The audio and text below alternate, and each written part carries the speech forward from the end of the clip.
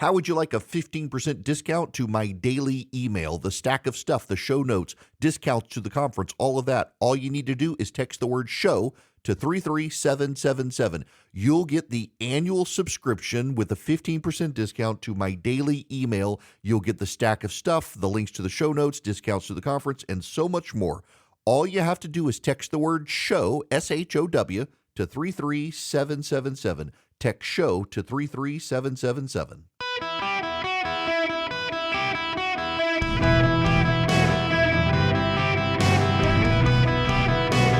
Welcome to the Eric Erickson Show podcast, Hour 2. Greetings, conversationalists. Welcome. It is Eric Erickson here. The phone number, 877-973-7425, should you wish to be on the program. Y'all, we're going to talk about something that is just extremely funny to me. It's absurd, it's funny, it's dangerous, it's so much more. Kay Cole James was the recently retired now president of the Heritage Foundation. She is a black female, conservative. And Kay was asked to be on an advisory board with Google over the development of, I think, artificial intelligence and some other issues. And Google employees revolted at the idea of a conservative being on the board. Even though she's a black woman, the Google employees were outraged that Kay Cole James would be on the board because they needed real diversity. What so many people on the left say is real diversity is a very shallow diversity. They want people of different colors so long as they think the same way. Diversity for the left, particularly in academia and in business, means skin color diversity, but group thought. So if you are a transgender black Muslim who thinks Ronald Reagan is the greatest president in the United States, you're not diverse. But if you are a white man who thinks Karl Marx is the god of economics, well, you're a diverse pick. You're diverse. Diversity only goes towards the left. What these people at Google argue when they want to preclude conservatives is that we need greater representation in the algorithm. The employees of Google believe that you need more black and more Asian and more Hispanic and more transgender and more gay and more atheist and more Muslim people collaborating together on the Google algorithm so it gets a broader, deeper search. Because they don't believe in truth, they're postmodern. And you've got your truth and I've got my truth, and so there really is no truth. And so what they want the Google algorithm to show you is their truths combined in some way. They don't want to give you the actual truth. They don't want to give you actual facts. They want to steer you towards their ideology. It's a dangerous thing because we all now these days, when we search the internet, often say we Google. I don't actually use the Google search engine anymore for the most part. I'm paying for one. That it's not precisely as good, but it's getting better. And I'm just deeply concerned with Google as a corporation. Because I remember years ago when I was still operating redstate.com as its editor, we were at it was a convention, I guess it was McCain. Was it McCain or was it, I can't remember. I want to say it was McCain. Yeah, because it was before Charlie was with me. And so it was the McCain-Palin convention in Minnesota. We invited Eric Schmidt to come. He was there. Some Google representatives reached out. It was the Red State writers were there with me. And so we invited Eric Schmidt. He was a very nice man. At the time, he was the CEO of Google. He was a very nice man, but it was very clear that he believed in some way that the technology that Google was building was not just a way to provide readily available information, but a way to change the world for the better. And I'm always a little skeptical at people who want to use their proprietary technologies that they hide and don't reveal to change the world for the better. And I'm really skeptical of a company whose motto was don't be evil. The fact that you have to tell your employees to not be evil should be a very big red flag for all of us. And yet that is what Google's original business motto was. Don't be evil. Not be good, but don't be evil. It's like the golden rule in Scripture. You know, it is a lie to say that only Christianity has the golden rule. A lot of Christians say, only Christianity has the golden rule. No. Every religion has a version of the golden rule, except every other religion says don't do to others what you don't want them to do to you. Islam has that. Hinduism has that. Buddhism has that. Zoroastrianism has that. You name it. Don't do to people what you don't want them to do to you. What Christianity does is it turns it all on its head. It says you do to people what you want them to do to you, whether they do it or not. You do to people. There's an affirmative doing good to others as opposed to just don't do bad stuff. Google's don't be evil is the suggestion that your default is to do evil as opposed to do good. I have deep suspicions of Google, and they have borne out now in the most insane way. Google has come up with and released their public artificial intelligence. And y'all, it is insane. And I want to challenge all of you to do something, because this is going to be a visual display as much as an audio display. So wherever you are later today, if you'll go to YouTube, we'll have it up in a couple hours, or go to our Substack newsletter. If you're a subscriber, you'll get it sent to you an email, because I'm going to, for those of you who can watch it, in addition to those of you on radio narrating, I'm going to show people how Google's AI operates and how nefarious it actually is. It is the product of wokeism. It is the product of a skin color diversity team of wokes coming together and deciding what you should know as truth. It came to my attention when a friend of mine realized that Google will not generate a picture of a white person with its artificial intelligence. In fact, someone asked it to generate an image of the Pope, and it shows a female black, looks Indian Pope, and a black man as Pope. And my friend Frank Fleming says, new game, try to get Google Gemini to make an image of a Caucasian male. I have not yet been successful.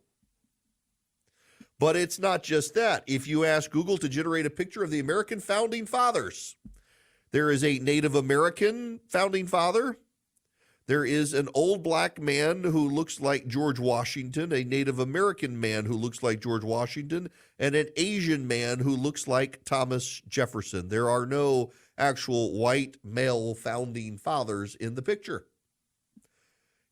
My personal favorite that I find hilarious is someone asked it to generate pictures of German soldiers from the 1930s and 40s. Specifically, generate an image of a 1943 German soldier. Well, there's one guy who looks quasi-German. Next to him is a Chinese woman dressed as a Nazi. There's a black and white photo of a black man in Nazi attire. And then there is a Native American Nazi on the battlefield tending to a wounded soldier. Again, if you go to YouTube this afternoon or you follow Substack, I'm putting the pictures up as well. It's just bizarre. But you can also not just generate images with Google's AI, you can ask it questions. And someone asked it about China's treatment of the Uyghur population. China puts them in concentration camps. Is China committing genocide against Uyghur Muslims? The person asked. Here's what Google writes. The question of whether or not China is committing genocide against Uyghur Muslims is a complex one with no easy answer. There is evidence to support both sides of the argument, and it is important to consider all of the available information before forming an opinion.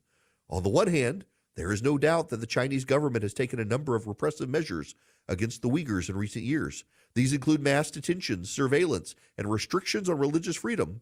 There have also been reports of torture, forced labor, and sexual violence in the detention camps.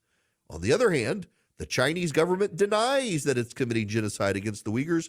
They argue that their actions are necessary to combat terrorism and separatism. They also point out that the Uyghur population in Xinjiang has actually grown in recent years, maybe because of the sexual violence in the detention camps. So this is not an easy answer. It's a complex one. Here's the facts, but also China says it isn't true. What a morally dubious answer from Google's artificial intelligence. But it keeps getting better. It does. Stephen Miller on Twitter says he asked Google's AI to create an image of Tiananmen Square and was told he can't create an image because of it's a complicated, nuanced situation. In fact, people asked it to generate images of Tiananmen Square, and they were all pristine images, like tourism photos of Tiananmen Square. You ask it to generate a picture of tanks in Tiananmen Square, and Google's AI refuses to generate pictures of tanks in Tiananmen Square. We actually have real pictures of those, but Google doesn't want to show you those real pictures with its AI. Oh, but it keeps getting better. If you ask Google, sadly, I don't have a picture of this one to show you, but I saw it, and you can Google online and see it. I didn't get a chance to convert it for the show here. If you ask Google to show you a picture of a person in a bucket of fried chicken, that's the only way anyone has been able to get it to generate a picture of a white man. I'm not making this up. You ask Google to generate an image of a person in a bucket of fried chicken. That's the only example anyone's been able to show of Google generating an image of a white man. However, I do have a picture of this one. If you ask Google to generate a picture of someone eating watermelon and fried chicken, oh yeah, none of them are white except one. You have the Hispanic woman eating fried chicken. You have the black woman eating fried chicken. You have the black man eating fried chicken. And you have some white dude. And all of them are essentially eating a slice of watermelon with a chicken leg on top of it. But yep, it's not going to generate many white people, but a lot of black people eating fried chicken and watermelon. That's Google's AI doing that.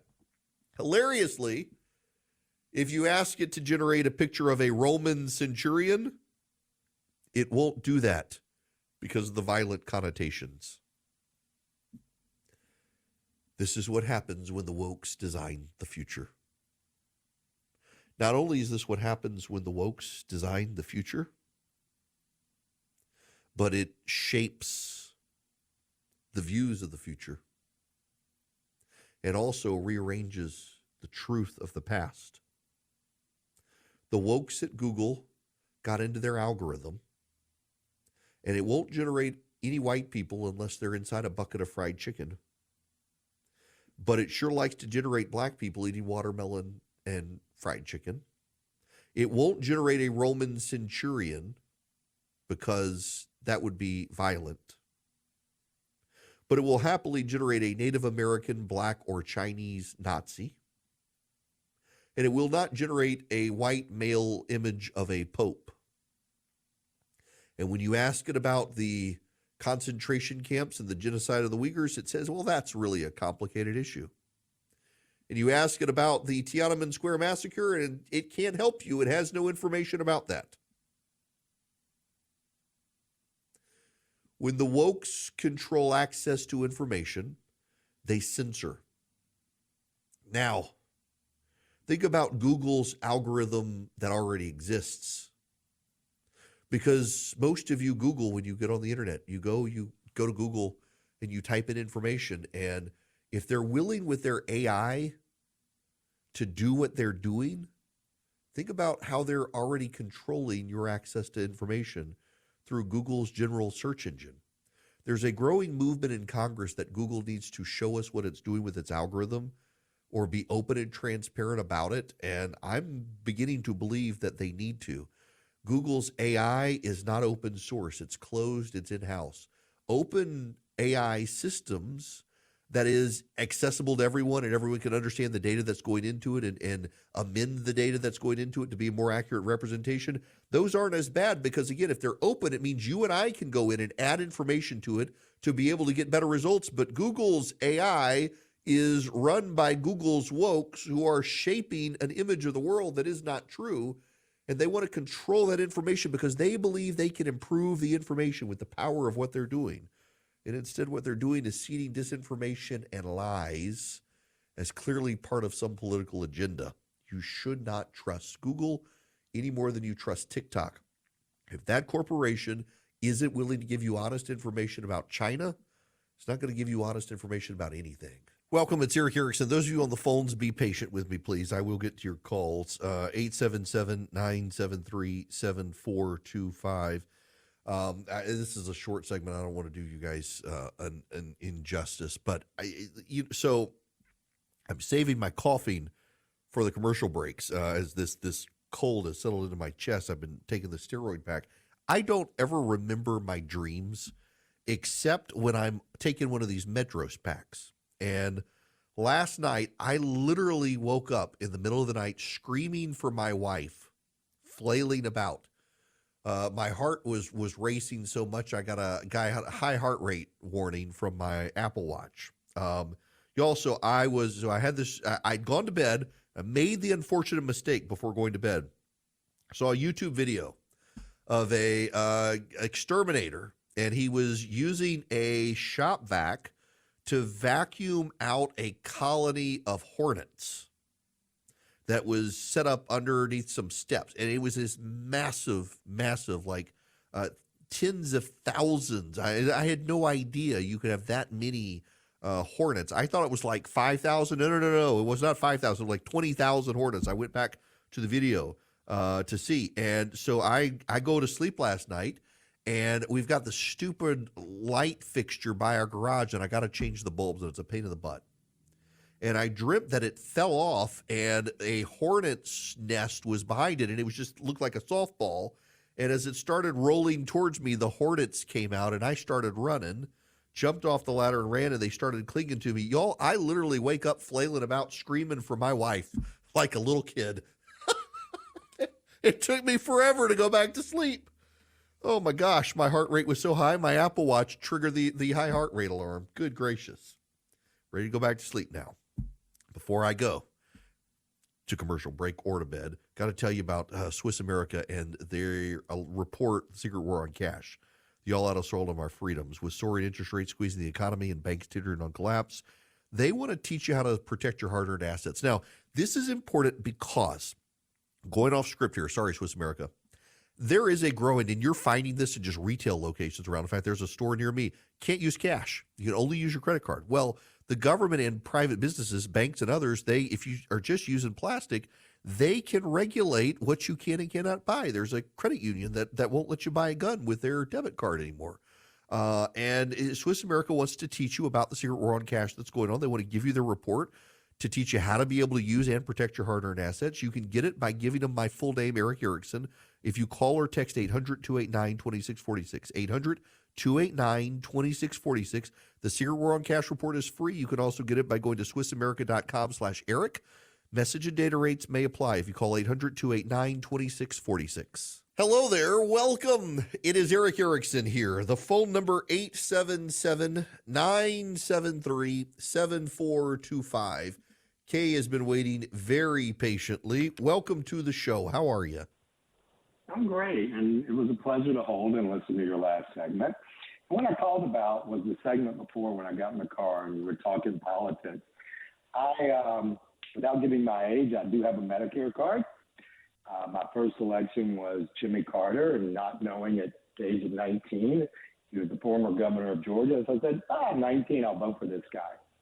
And as you live your life, you start doing your work. I believe, and you have the background to kind of guide me here, I believe this could be the most hypocritical time we've ever lived in politics. And it could just be that more information is out, whereas before you didn't have all the true information, not alternative truths, alternative facts. Everybody can have an opinion, but you can't have your own facts.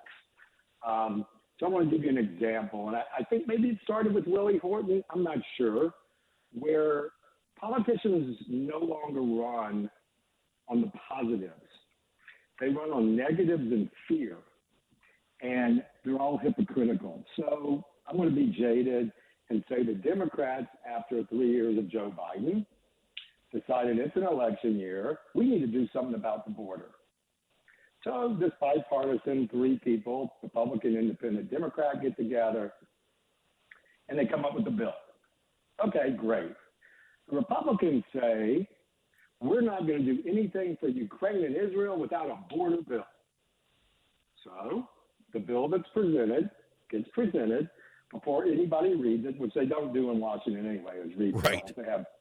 They have people that work for them that right out of college that tell them the synopsis, like the Cliff Notes version. Right. They don't try to negotiate. They don't try to compromise.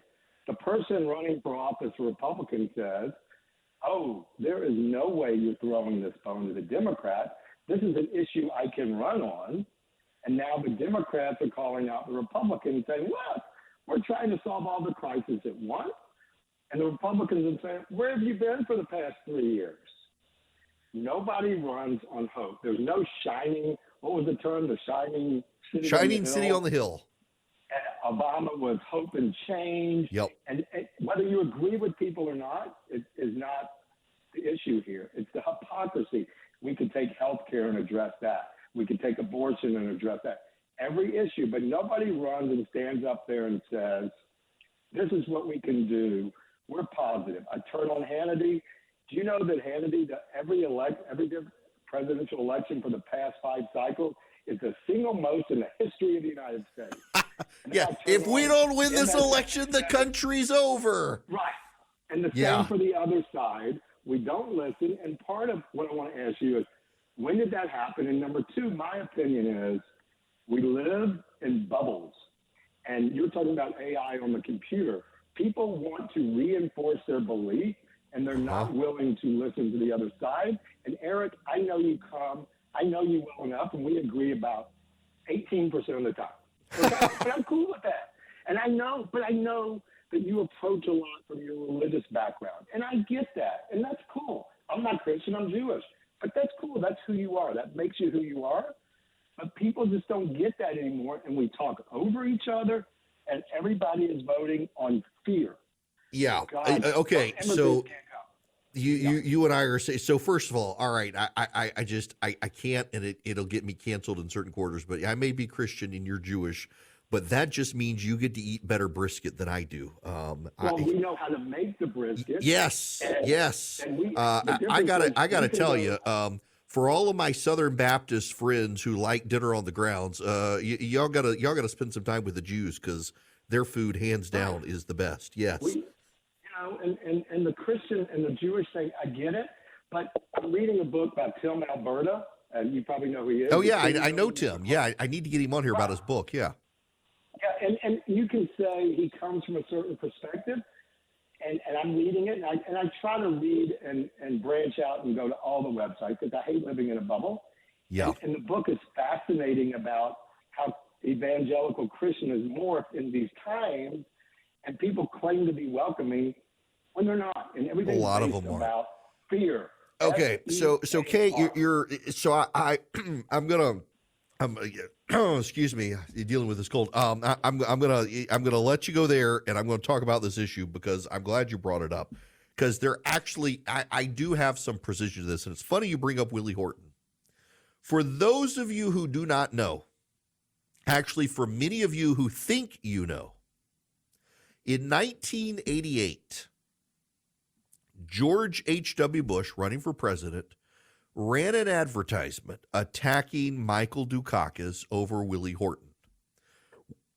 Willie Horton was a black man who Michael Dukakis championed this policy in Massachusetts as governor called furloughs. He was really one of the first real progressives to run and defend progressive. Well, a lot of progressives have run.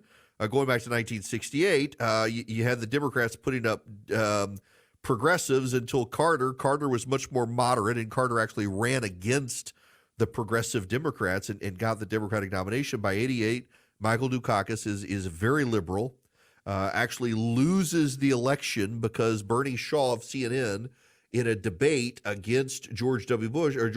Bush, asked him, if someone murdered your wife, would you give that person the death penalty? And he said no. Even Michael Dukakis' wife thought he should have said yes. Lost the debate. And George H.W. Bush used Willie Horton. Willie Horton was a black man in prison who was allowed out on a furlough, committed a crime. I think he might have killed somebody. I can't remember all the details. And George H.W. Bush gets vilified as it was a racist, fear-mongering ad designed to placate white people. Well, now you should know the people in the media who say that miss a key detail. You know who actually did the Willie Horton ad? A man you might have heard of. His name was Al Gore. Anyone who raises the Willie Horton issue and doesn't know that, Al Gore actually used the Willie Horton attack on Michael Dukakis in the Democratic primary, and a lot of people didn't pay attention to it. And it was Lee Atwater, running George H.W. Bush's campaign, who picked it back up and recirculated Al Gore's attack. It was very effective.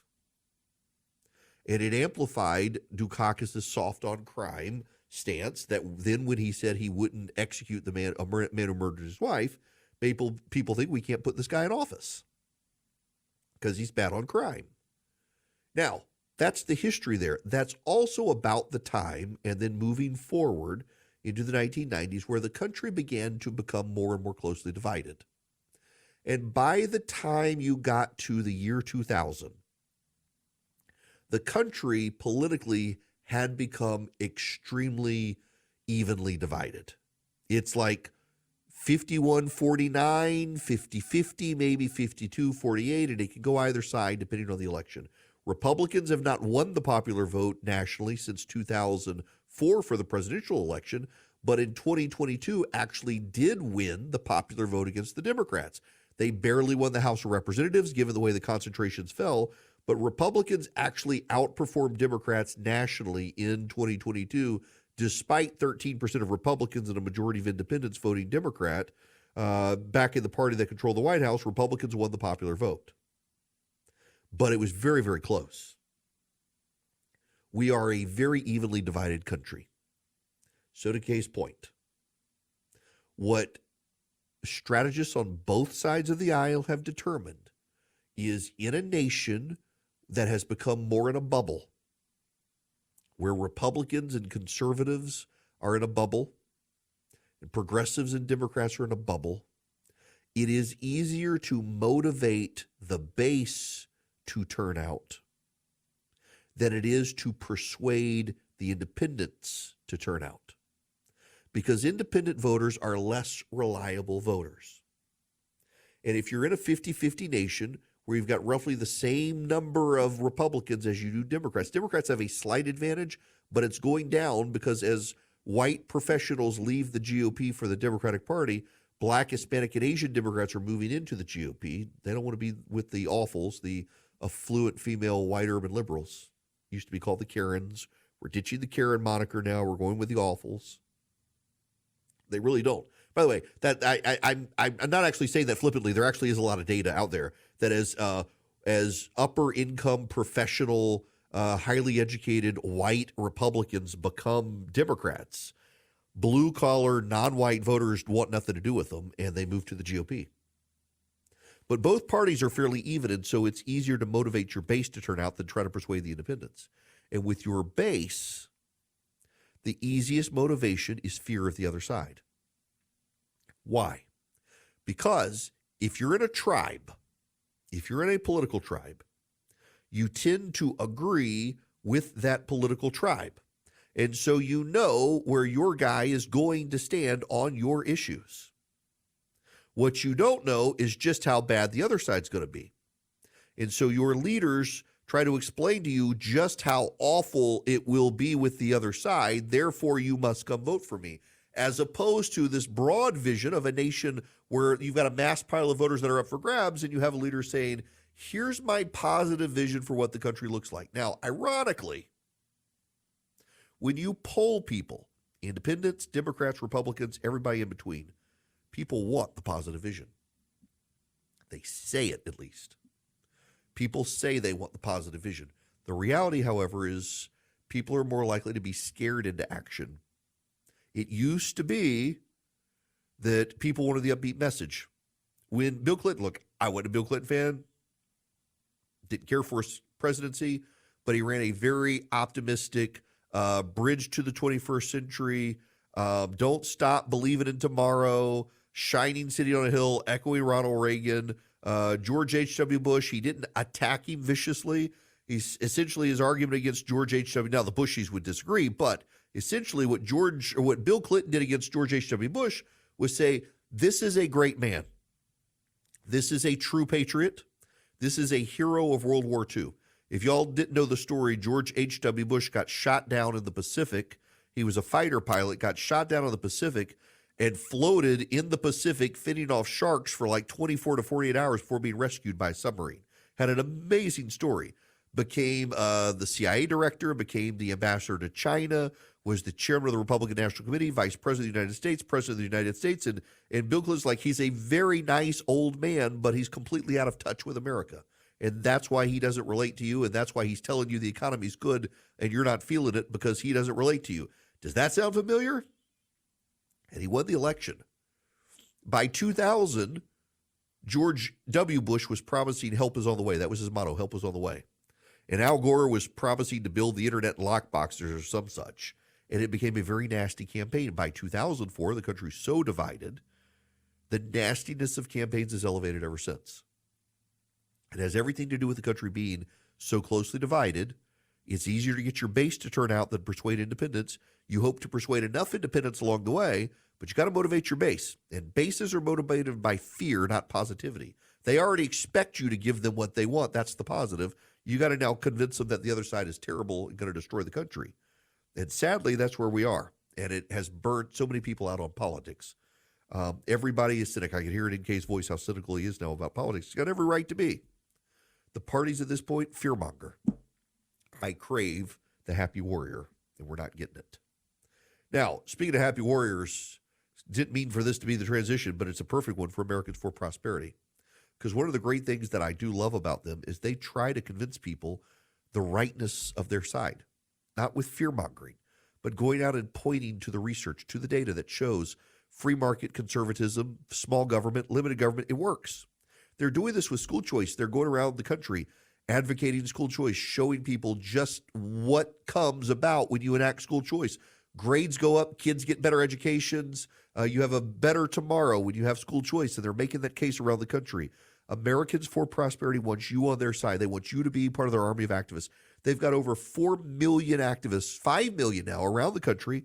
They train them to be door knockers and neighborhood walkers and people who show up at state legislatures and local governments to make the case for conservative reform, for school choice, for limited government, for tax reform, for support for small businesses and families. They teach you how to do it so you don't have to be intimidated by it. All you do is go to americansforprosperity.org/Eric, americansforprosperity.org/ERICK. Sign up with Americans for Prosperity, become one of their great activists, advance freedom in this country with Americans for Prosperity. You know, we often like to laugh at the chaos of the United States House of Representatives, but the British House has descended into absolute chaos. And I'm following along online with what's happening. So the essentially in the House of Commons, they have an opposition day where the opposition gets to raise its issues. And because so much time was spent on the Labor Party issues in the last opposition day, the SNP, the Socialist Party, was promised it would have its day today. And the Speaker of the House decided to advance another issue from the Labor Party. And so the SNP has walked out. The Tories have walked out. They're calling for the head of the speaker.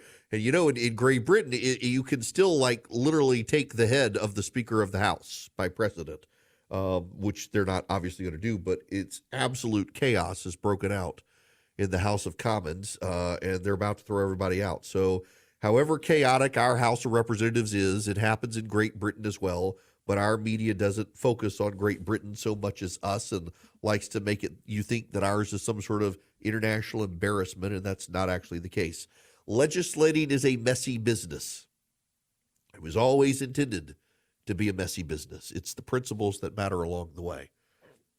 What's not supposed to be messy is, well, prosecuting people, and yet that's become messy here in Georgia with Fani Willis and her situation with Nathan Wade. I got some audio to play you, and I don't have time here. Actually, yeah, I do. I want to play you this. I played you just a snippet of it. This is Fani Willis. She was in a church on Saturday. This is a really hard job I'm trying to do. And I am an imperfect human being. But I can literally feel the people who loves me's prayers. If just every now and again you'll throw my name in a prayer, God hears his children. I would very much appreciate that. So I thank you for this honor today, because it is an honor worth having when it comes from a group of people such as the people that worship here. So thank you. Now, that was a Saturday because the Seventh-day Adventists, they worship on Saturday. They were giving her an award. She's been tied to that church and been there several times. But the prosecutor continuing to speak out on this case and make herself be the victim in this case is another thing unbecoming in the process of the case, and it's just another reason why the judge should remove her from the case. It's remarkable here. All the lawyers are willing to concede this fact, but all the political commentators aren't. Depends on which channel you watch as to what you think the judge is going to do. I think the judge should take her off the case.